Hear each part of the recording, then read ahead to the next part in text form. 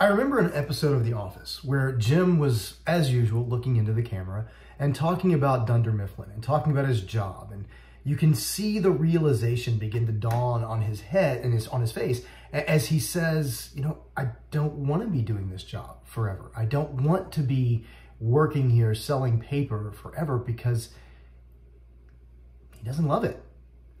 That realization was a powerful moment for his character, but it's a powerful moment that many of us are experiencing too. Many of us look at our day jobs and we go, I don't love this. No amount of money could make me happy doing this. No amount of benefits or extras could make me love this. I simply don't love what I do.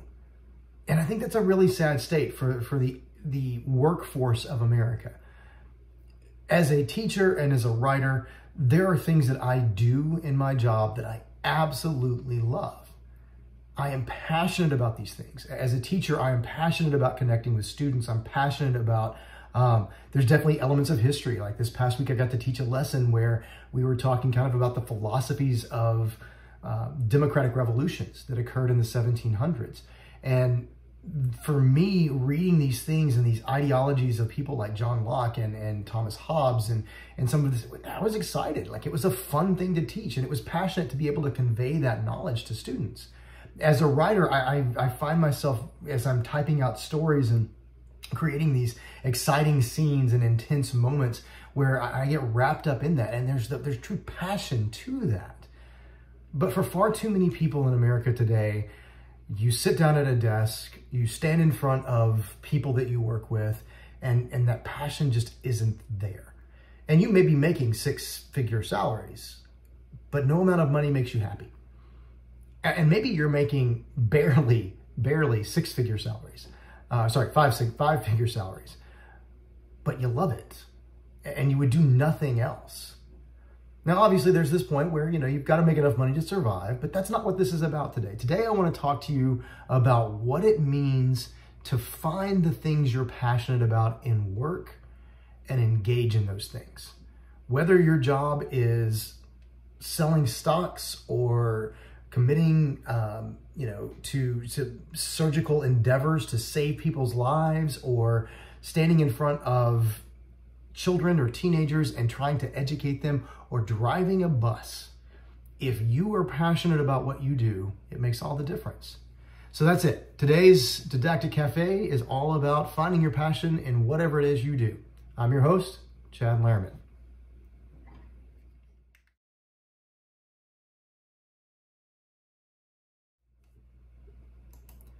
This past week, I was in my AP World History class discussing the philosophies, the Enlightenment philosophies that ultimately led to the Revolutionary War in America and the French Revolution in France, of course.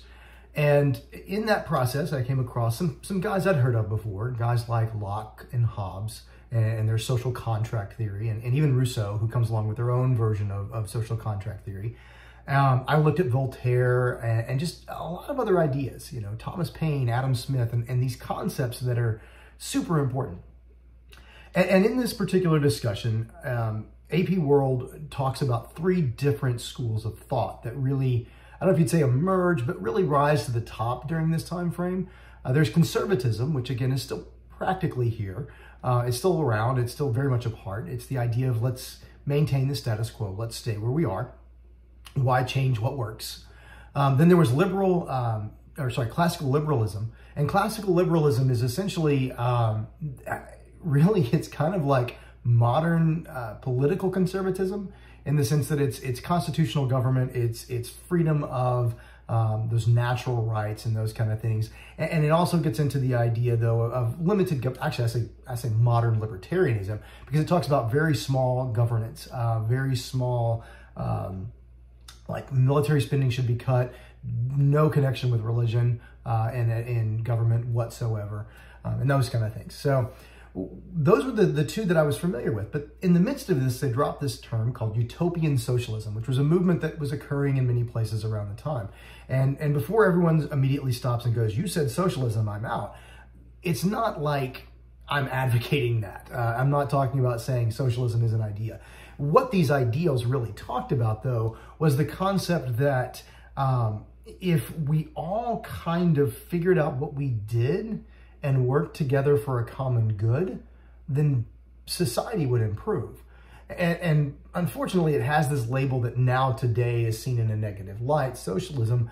But the idea is really this, like one particular belief, Henri de Saint-Simon, he argued that if scientists and engineers came together, they could develop workspaces that were clean, neat, efficient, comfortable, and effective for performing work. And if you think about that, if you look at some of the modern designs, you see that de Saint-Simon's ideas really actually are coming to fruition here in the 20th century. You look at environments where we're incorporating functionality with comfort and humanity, as opposed to the strict industrialized views of, the Industrial Revolution or even well into the 20th century. All of that has nothing to do with passions, other than the fact that I'm clearly excited about talking about philosophies and government, economic, and philosophical religious philosophies. Sorry. See, get excited. I talk fast. The point is that one of these guys, a guy by the name of Charles Fourier, he comes up with this. He's a French philosopher, and he comes up with this idea that there are essentially 12 passions that are common to all humanity. And beyond those 12 passions, how you interact, how those passions that you possess interact with each other, create ultimately 810 different personalities. Now, doing a little bit deeper research beyond what AP requires that we teach about Fourier, Fourier had some eccentric points of view on some things. And so I'm not going to go into that. And I don't want to completely adopt Fourier's, or what is called Fourierism, which is also a terrible name. Basically, I don't want to adopt those ideas. But I want to tell you that the first thing that he did was he said that the first 5 passions are your 5 senses. Sight, taste, touch, smell, hearing. Those 5 things, okay? The second set that he has are the soul, which are friendship, love, ambition, and parenthood. I'm on board with these as passions. I think those are great things to be passionate about.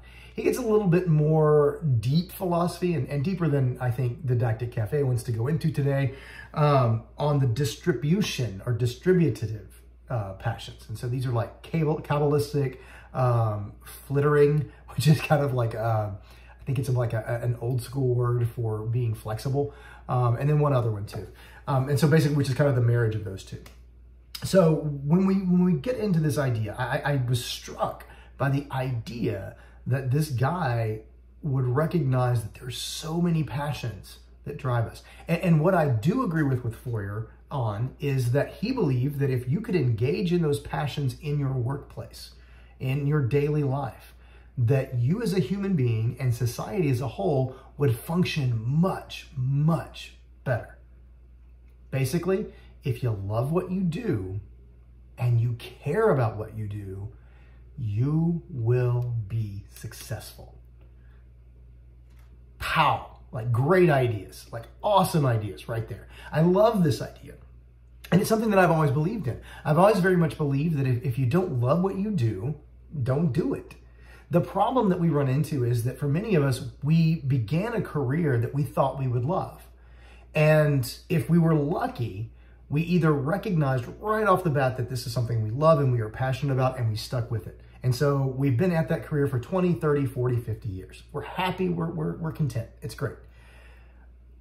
Or we realized quickly that, wow, I spent 4 years studying this degree and I hate this, so I'm going to shift degrees. I'm going to shift careers early on. And so then we found what we did love. We had the fortune of learning quickly what we do not like.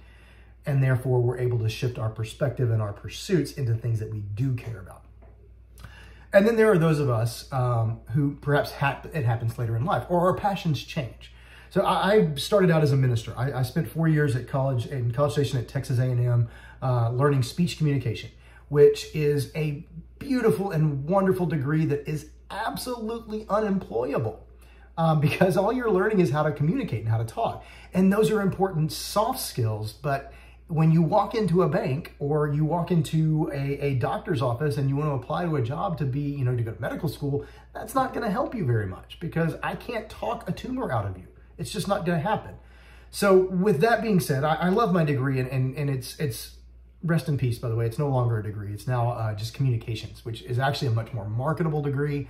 It has more to do with social media and entertainment and just general communication skills as opposed to just talking. Now, all that to be said, I love that. I studied that, I became a minister, and it was beneficial. I learned how to communicate better and more effectively in that regard. I did ministry for 11 years, and then at the end of that time, I switched over to education. Now, this wasn't because I lost my passion for my faith or my religion, maybe for the organized religion that I was a part of and that kind of thing, but my faith was still the same. I still very much followed God and believed in God, and so that wasn't the passion that changed. The passion that changed for me was I began to be burned out on the more managerial side of ministry. At that time that I left the ministry, I had started a church with my wife and another family who had moved on to kind of start their own family after 3 or 4 years. And it became a lot of weight and a lot of work. And I wasn't able to engage in the passion that I wanted to.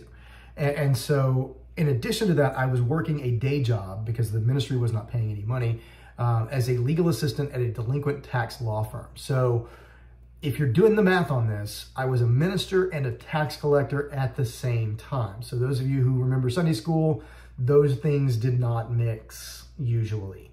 So I was miserable. I hated that job. I had the fortune of being told that they wanted to hire an attorney to do my job and they could not afford to keep me. So I was laid off, which I did not initially see as a positive, obviously. But I had a friend, his name is Eric Roberts, great friend of mine, and was in education at the time, still is. He's working at Texas A&M now with special education programs, graduate level stuff. Really amazing work. And he set me down and he looked at me and said, "You've been praying for 2 years to get out of this job and you're out. So what are you gonna do?"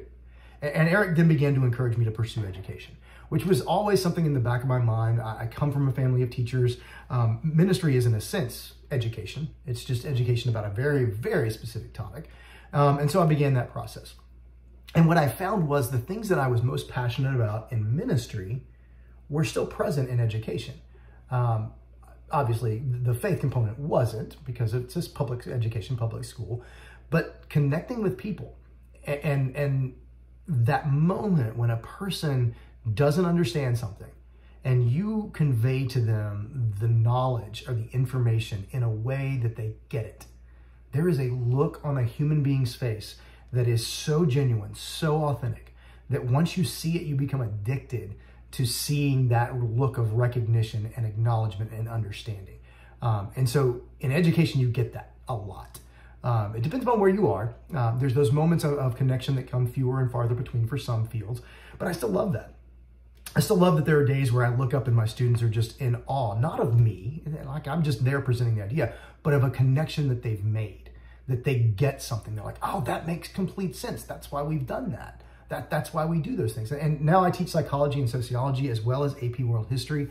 AP World History is a little bit of that, but the kids are already so smart, so they tend to already know a lot of this stuff. So the connections are there. It's just like, it's not as big of a revelation. But there are times in psychology where we talk about a behavior or a disorder or a condition, and the people go, "Wait a minute, that makes sense why people would do that." And there's this connection. So yeah, all that to say, I engage in things that make me passionate.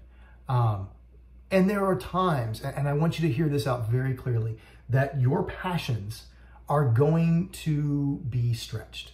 There are times where you are going to, no matter how much you love your job, no matter how passionate you are about it, you're going to look at it and go, "Do I want to keep doing this?"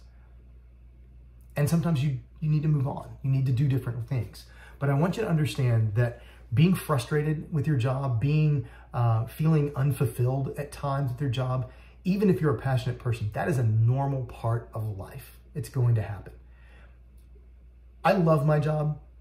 And if I could change one thing about teaching, it would be that I got paid much, much, much more. But that's not what this is about. Like, I love I would love to make a lot more money with my master's degree in education. I would love to make a lot more money and have better benefits. But at the end of the day, if I can still feed my family and provide for the expenses that we have, education it pays enough, because I do get paid in other things too. I get paid in those relationships where students come back to me 4, 5, 6 years after they've graduated and talk about the impact that I had on them. Like, that is a passion that's still there and still present. So I love that. But I do want to say that while I think back to our old friend Charles Fourier, who kind of started this conversation, he has 12 passions, and I agree with some of them. But I also feel like in 2020, I want to talk about 4 of my own passions, 4 things that I think maybe in a modern setting, I think we can really kind of focus in on. And so for the remainder of today, I want to talk a little bit about that. So the first thing I want to say is work. I think that work is in itself a passion. You've got to be passionate about the work that you do. Now, if your job is mundane, if it's day in, day out, and you don't love it, but there's something fulfilling about walking home at the end of the day and knowing that you've completed that job and that drives you, that in itself, it's passion. It is a passion. It's loving what you do. I'm gonna throw out another pop culture reference. Chandler Bing on Friends. My family and I are rewatching Friends for like the umpteenth time right now.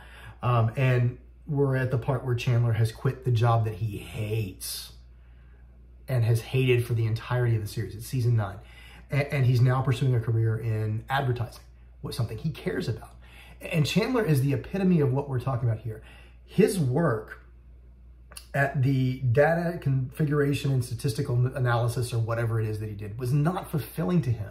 He didn't love that. He made great money, but he didn't love it. Contrast that with when he begins his career in advertising, and at first it's an unpaid internship, and he balks, and he's fearful that, you know, I'm not going to make any money, and it's going to be a while, and it's going to be tough on us trying to start a family. But he immediately finds that he's passionate about that he's passionate about conveying a message. And so for Chandler, it becomes, yeah, I'm making less money, but I'm doing what I love. And there's a change in him that you can see in that. The pride that he has in the work that he completes and that he does. And I think for us, that's it. I mean, if you're a woodworker, which is another hobby of mine, there's something about when you complete a project and you can stand back and look at this thing that you've made that is standing, and it is structurally sound, and it is beautifully rendered, and it is stained and sanded, and it is in this perfect condition, what you'd imagine it to be. There is absolutely a passion in the fulfillment of that work. Like, I love that. I love that. I just built a bed for my daughter, and stand back, and there's times, honestly, I'll stand back and look at it and go, well, that's not perfect. But man, look at that. It's still standing. It didn't fall down. She slept in it for a week and nothing has collapsed. I did a good thing. Like, that kind of passion is definitely present. So I think that that's passion number 1, is that can you look at your work, even if the work is not flashy or exciting, and say, I'm satisfied with what I've done at the end of the day, and I feel fulfilled by that. Okay? So I mentioned at the outset of bus driver. This was a career I had in college. I drove a bus that went from Rudder Tower on Texas A&M to the Bush School. We called it the Bush Shuttle because we're super creative as bus drivers at Texas A&M. And we went back and forth. That was it. It was a straight line, out, back, out, back, out, back. And nobody loved that. Nobody wanted that route. I drove that route for 6 straight hours. I took 2 shifts to drive that one. You know why? Because I loved it. Because it was simple. Because I could drive straight out. I could have intellectual conversations with people who were studying politics. Sometimes they weren't fun, but a lot of times they were really great. I loved it. It was a mundane, boring job, but I loved that route. That was my favorite route to drive, even though it was something that everybody else rejected and had nothing to do with it. So even if your job is basic, even if your job is what others would call boring, if you love the work you do, that's passion. Embrace that. Hold on to that because it's something worth doing. Now, the second part is people. I believe that you can be passionate about people. Now, for some of you, the work itself is not what draws you to your career. It's the people that you work with or the people that you work for. So for instance, if a doctor was passionate about cutting people open, maybe that makes them a great doctor. I don't know. That's the work they do. But if their passion is about saving lives, that's people, okay? It's about saving people. It's about doing things for them. As a teacher, I think a lot of teachers, there are a lot of teachers who love teaching because they love the work. They love the content.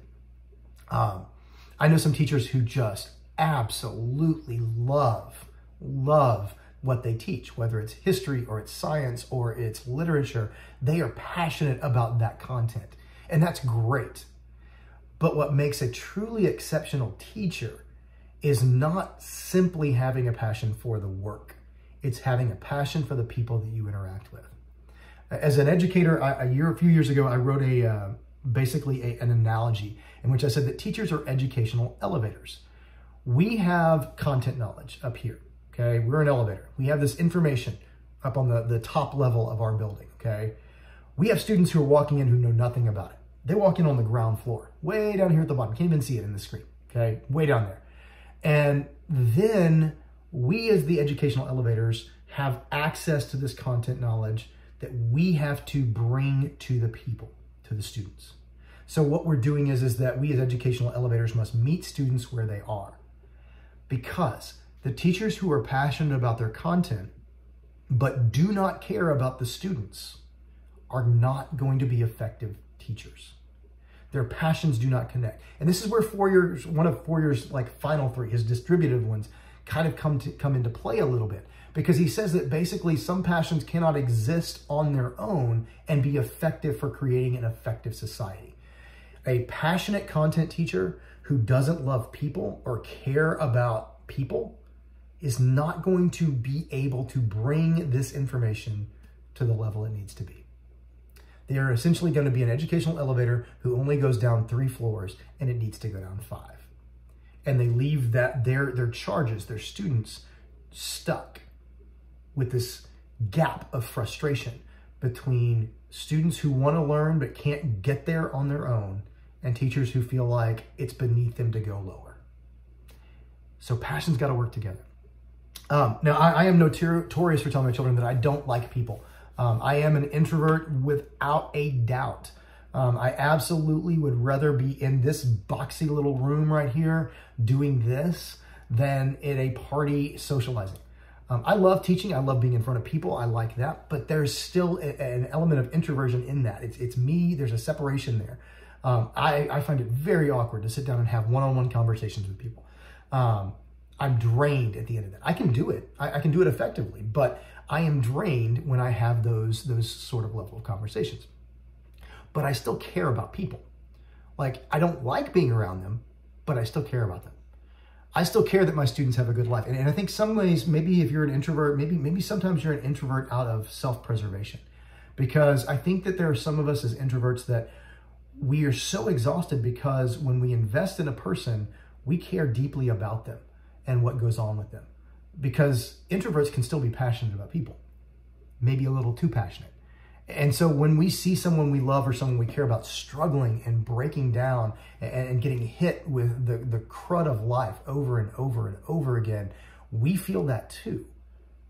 The times that I've had a student come to me and talk about a family situation that is that's making it difficult or it's hard on them, and I've had to fight back tears for that person so that I can be strong for them in that moment, that's because I am passionate about people. I am passionate about what goes on there. I can think of students that I've had where, not because I really tried to, but because I simply was present at the right moment, I became a surrogate father to them. And I became someone that they came to for advice because either their own parent was not accessible or present, or there were issues that were going on there. But being able to be there in that moment, that's why the student calls 5 or 6 years later and says, I want you to know how much of an impact you had. So be passionate about people. Third, creation. This is similar to the work, I think. I think that some people can be very passionate about what it is they create. Now, many careers, many jobs, you're not creating something, not necessarily. But I would challenge you to think that we as human beings, I believe that we are inherently creative people. I think that we make things, we develop things. And for some of us, we do it out of necessity. We do it because we have to.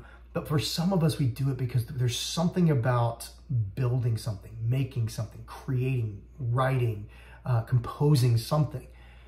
If you are a composer, if you're somebody who writes music, it's probably the same feeling that a woodworker gets when they stand back and look at a completed project. When you look at that song and you hear it coming from an instrument, from a person's voice, that moment of exhilaration at seeing your work completed and done has got to be something that's oh man, so addicting and so exhilarating.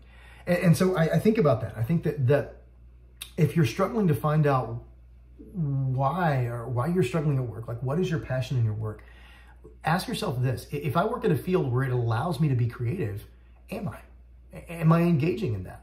If you're an employer, I want to challenge you. If your workers have low morale, if your workers are really struggling with like, why am I here? Why am I doing this? One of the best things I think you can do is give them some space to create. Let them try new things. Let them innovate. So you may not create a physical thing. You may not, I've just got to grab this right here. You may not create an object. Okay. Sorry. For those of you who are listening on the podcast, I just held up an ornament that I made. An ornament that I made for a Christmas ornament type thing out of wood. You may not make a physical thing in your job, but there are avenues and alleyways in which you can be creative in any career. Ask your people, like, how can we make this more efficient? Give them some freedom to think it through. I remember a number of years ago in education, there was a big push for maker spaces. For trying to create locations in classrooms or spaces, and even time within the day where students would get to create something unrelated to the content, but just like let pure unadulterated thought and creation occur. And I loved that idea. I think that's a really, really powerful idea. But I think about it as a teacher, one of the times when I'm down or when I'm feeling like even my passion for my work, for my content, for the students that I work with, when those things begin to fade, when an administrator or a leader comes to me and says, hey, here's a problem that we're dealing with, what are your thoughts? That simple moment is allowing me to engage my creative passions. How can I creatively solve a problem?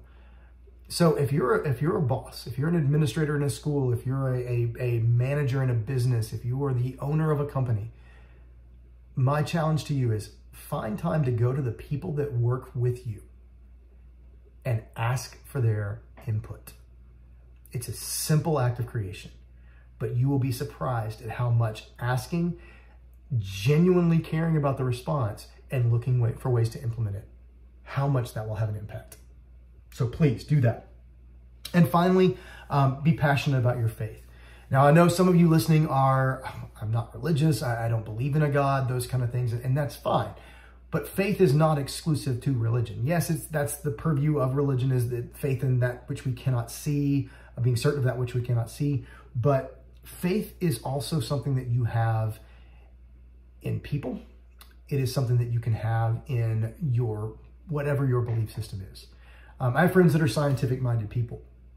They have faith in science. They trust in it. They're passionate about that faith. They will defend that faith no matter what. That is a passion. Having faith in something bigger than yourself, whether that thing is a philosophical concept, a supernatural concept, a systemic concept, or quite simply, the way the world should work. People who are passionate about causes, about actions, about serving others, there's a faith in that. Faith in that we can be better as a people, that we can develop, we can grow, we can improve in our personal skills, in our interactions with each other, in our abilities, and our knowledge. There's faith in that. And so I am very much encouraged by my scientific-minded friends who believe in their science, and they continually go back to that well, and they try to figure things out, and they look at things, and they evaluate things, and they test, and they test, and they test, because they believe that the answer is out there. There's faith that somewhere out there The truth is there. Yes, and I just quoted X-Files. That's my third pop culture reference today. I'm done. I'm out with that. No more pop culture, probably. I can't make a promise. I'm also very passionate about pop culture. So, with that being said, I think that when we look at our list of passions, my 4 passions, the Didactic Cafe, 4 passions, that's 8, 4 passions, work. Do the work, be passionate about the work, be excited about the result. 2, be passionate about people, passionate about those who are around you, those that you serve, those that serve you, and those that you are there to lead. 3, creation. Be passionate and be open to hearing people's creativity. Encourage creativity with your workers. If you are an employer, encourage creativity with your workers. It will create a passion in them, not just for what they're creating, but for the company that they are creating it for. 4, faith. If you believe in something, believe in it all. Believe in it wholeheartedly. There is no middle ground when it comes to the passion of the faithful. You are committed and you live for it. Guys, I want to thank you for being here today. This is an exciting one. I really wanted to do kind of a positive message. I know some might have been kind of not as positive, but I wanted to be positive today, and I wanted to challenge you about passions because I think that passions are important. And whether or not you agree with the utopian socialism ideas of Charles Fourier or Henri de Saint-Simon, the truth is that one of the things they believed in was that together we make the world better. And I believe that too. So find your passions. Find the things that you care about, the things that you love, and go for it. Full out. This has been the Didactic Cafe, and I'm your host, Chad Lerman. Thank you for joining us.